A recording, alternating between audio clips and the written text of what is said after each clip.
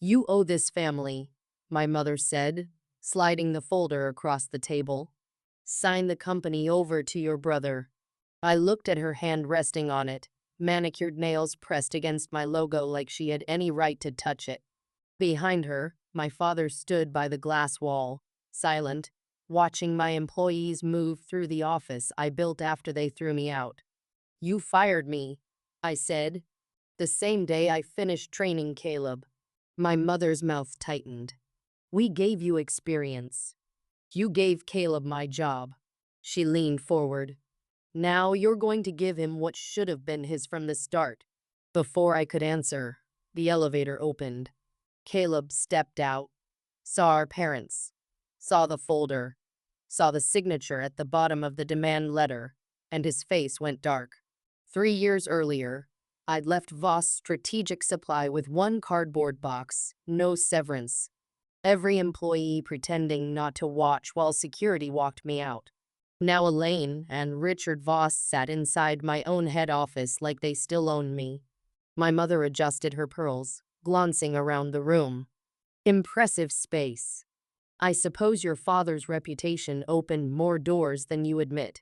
My clients signed with me because I solved problems your company stopped being able to solve. My father finally spoke. Careful, Maya. The same warning he used when I was 22, working weekends. The same one from every payroll crisis, every supplier call, every time I asked why Caleb got praised for showing up to meetings I'd prepared. Outside, two analysts slowed near the glass, recognizing my parents from old industry write-ups, the ones that called them a legacy family and called me their rising star, until I became inconvenient. Elaine tapped the folder. Caleb will be here any minute. We can handle this privately, or everyone can learn how this company was really built. I opened it just enough to see the first page, a demand letter, a transfer agreement, Caleb's signature. But the pressure marks were wrong. The ink looked smooth while the paper underneath was uneven, like someone had traced the shape from another document and pressed too hard. My mother watched my eyes land on it. Then Caleb walked in. He didn't look victorious. He looked betrayed. He looked at me, then the folder, then our mother. What did you do? Elaine's head turned slowly, the way it used to when I was a kid, and said something that made the table go quiet. Sit down, Caleb. He didn't move. My father's jaw tightened. Your mother gave you an instruction. Caleb's eyes stayed on the page. That's my signature. Elaine gave a small, polished laugh. Of course it is. Don't act confused just because your sister's making this uncomfortable. I watched his face. For 3 years I'd pictured this moment differently, him walking in with that same easy smile, ready to collect one more thing he hadn't earned. But he wasn't smiling.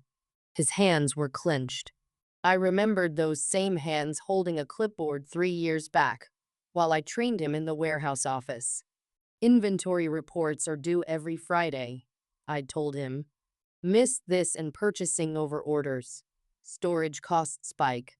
Finance blames operations. He'd leaned back, spinning a pen. You make everything sound like a disaster. Because when nobody checks the numbers, it becomes one. He grinned. That's why you're here.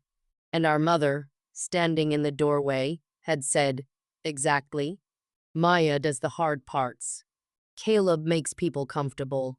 I should have heard the warning in that sentence. For 2 years, I rebuilt their company while they called it helping out. I negotiated overdue accounts, won back clients after missed shipments, once covered a payroll gap with my own savings because Dad swore the bank delay was temporary and Mom said family didn't keep score.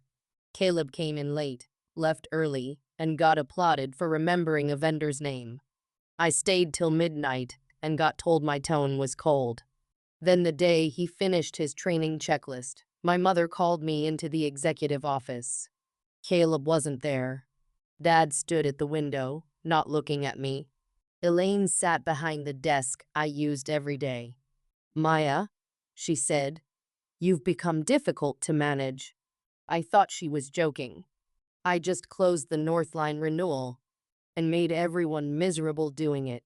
My father cleared his throat. The business needs a warmer face. What does that mean? It means Caleb stepping into your role. Effective immediately. My mouth went dry. I trained him to support operations. Does he even know? Elaine's eyes sharpened. He understands family duty better than you do. That was her last sentence before security appeared in the hallway.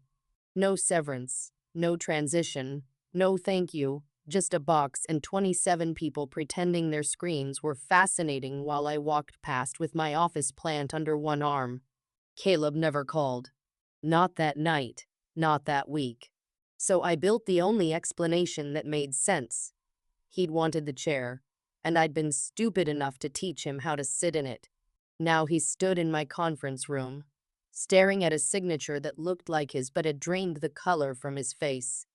I never signed that, he said quietly. Elaine moved fast. You're nervous. That's understandable. Your sister always had a way of making people feel small. Caleb turned to her. Mom, I'm telling you, I never signed this. My father walked to the door and locked it.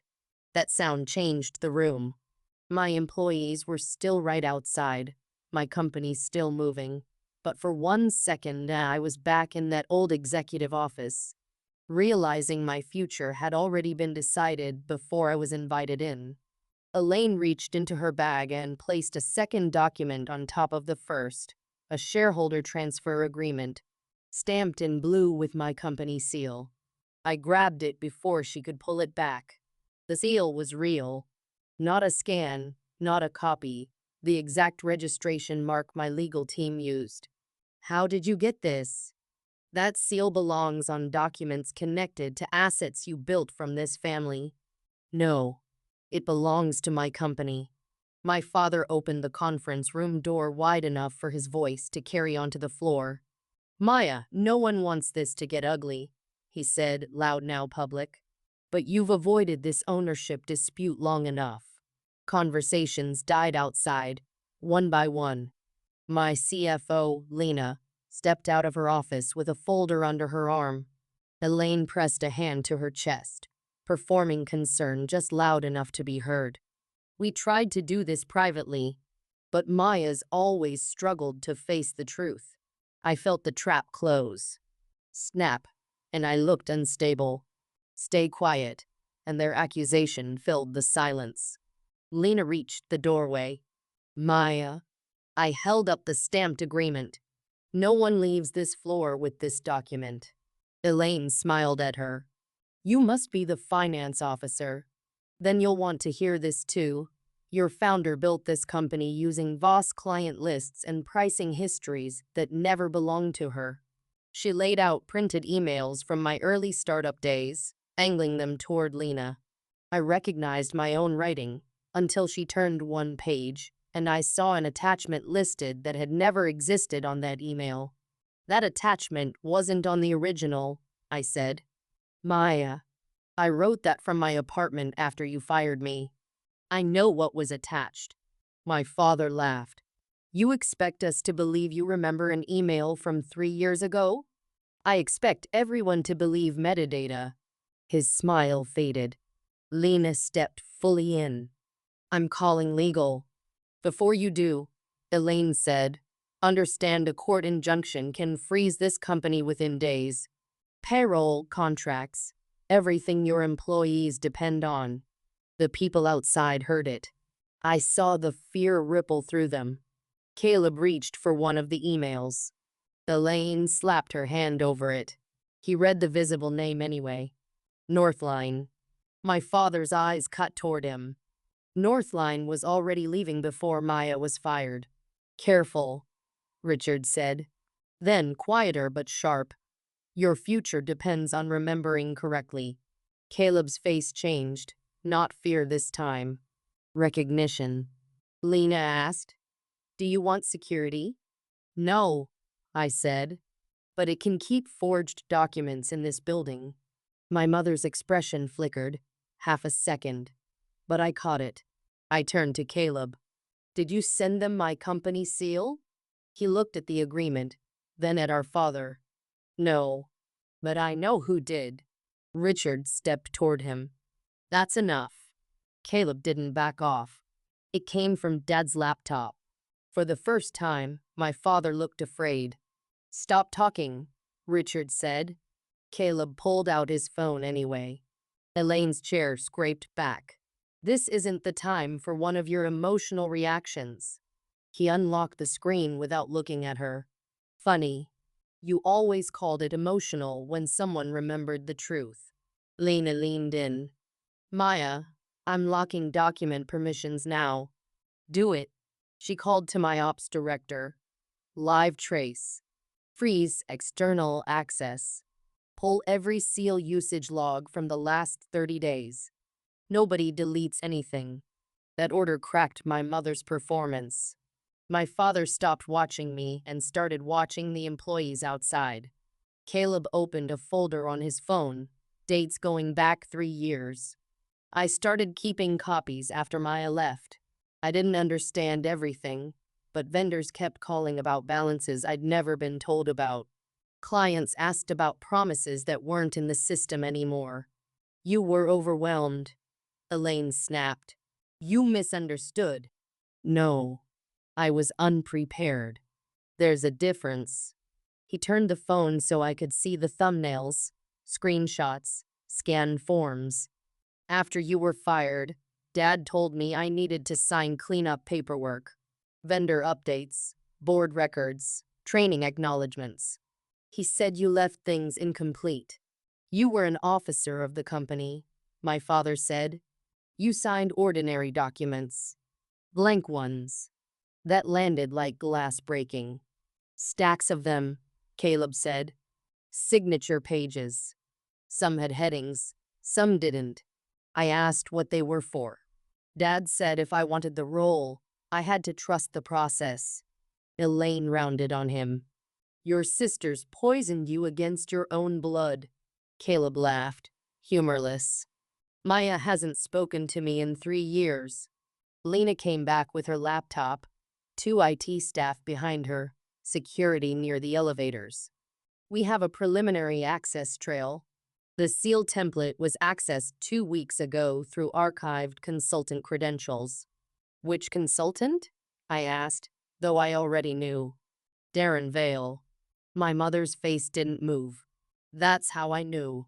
Darren had worked with us briefly during year 2, oddly interested in our document control system. I'd only hired him because Elaine called out of nowhere and vouched for him. At the time, I thought it was her first attempt at peace. Now I understood it had been an opening. His credentials should have been deactivated when his contract ended, Lena said. Someone used them to pull the seal file, then old incorporation records. This is absurd, Richard said. You're letting employees fabricate accusations because you're angry. No, I'm letting my company investigate a breach. Security reached the door. Elaine pointed. Remove them. This is family. Not anymore. Caleb tapped the oldest file on his phone. There's one more thing. From the week before you were fired. He turned the screen toward me, and my father lunged across the table. His arms swept between us. Caleb jerked back. Not fast enough. The phone hit the floor and cracked. Nobody moved. Then Caleb dropped to one knee and grabbed it before Richard could stomp it. The screen flickered. Still alive. Don't, Richard said. Caleb stood slowly. I already did. A notification chimed on my laptop, then Lena's, then the legal channel we'd opened minutes earlier. Files are uploading, Lena said quietly. Elaine's composure cracked. Caleb, stop this.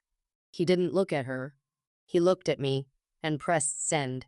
The room shifted, not emotionally, structurally. Lena opened the file first, her face tightening as she read, then turned the screen toward me. The Voss collapse 3 years ago hadn't been an accident.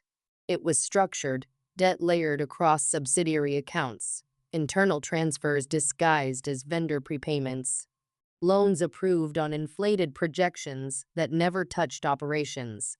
My father's signature was on expansion authorizations that never matched market demand. My mother's approvals had shuffled money between accounts to smooth quarterly reports and keep investors calm. Through all of it, I was the only one closing the operational gaps fast enough to stop collapse from becoming exposure. They hadn't just relied on my work. They'd been held together by it. And when they realized I knew too much, they removed me and rewrote the story. They told me you were unstable, Caleb said. That you were leaving anyway. That I had to step in. I kept reading. After I was fired, documents had started appearing under Caleb's name that he'd never knowingly signed in full, blank pages. Now digitally filled in with my seal, using his name not to help him lead, but to make him legally responsible for decisions he never made. This is an attempted transfer of liability, Lena said. You don't understand corporate succession law, my father said. I understand forged consent. Elaine looked at Caleb, no strategy left in her face. You were supposed to protect this family. He laughed once, broken. No, I was supposed to sign whatever you put in front of me. Lena's voice came back, steady. Legal confirms grounds for civil action, fraud, coercion, forgery, unauthorized seal use, misrepresentation of ownership. She looked at me. File? I didn't answer right away. My parents were still standing there, not as authority, not as legacy, just two people who'd walked into my building expecting the old version of me to still exist. This is a family matter. My mother tried one last time. We can resolve it privately. I looked at the folder, then at the glass walls, at the employees who'd built this with me after I had nothing left. No, I said. You resolved it the moment you fired me in front of them. I turned to Lena. File everything. Security moved in before Elaine finished saying my name. Caleb didn't resist when they guided him aside, but he said quietly, I'm sorry I didn't see it sooner. I nodded. Not forgiveness, just acknowledgement. It's your family, Elaine said, voice tightening. You don't destroy your family. You already did. Security walked them out through the glass doors. The whole floor watched. Nobody followed. The fallout wasn't one moment. It moved through systems. Legal filings that afternoon, audits after that, notifications to partners who'd unknowingly relied on the old Voss structure. Darren Vale was identified within hours and cooperated the second he was shown the access logs. Investors pulled out within days once the debt layering went public. The Voss name stopped carrying weight and started carrying questions nobody wanted attached to it. My parents' authority didn't collapse through argument. It collapsed through documentation that couldn't be negotiated with. Caleb resigned from everything tied to them 2 weeks later. He didn't ask for money, credit, or forgiveness, just gave a signed statement about the blank pages and the pressure behind them, properly this time. I didn't rebuild my company from the wreckage of theirs. It had already been separate. It just stopped being threatened. Weeks later, Caleb showed up at my office. No folder, no suit, just him. I'm not here to fix anything, he said.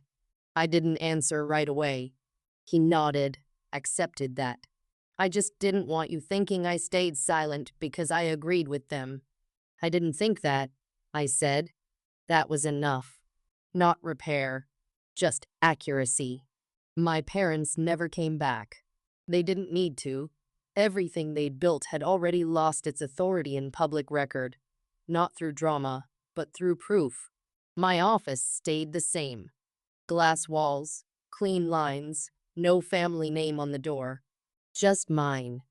The first contract I ever signed after being fired still sits framed on my desk. Not to remember what happened, but as proof of what survived it.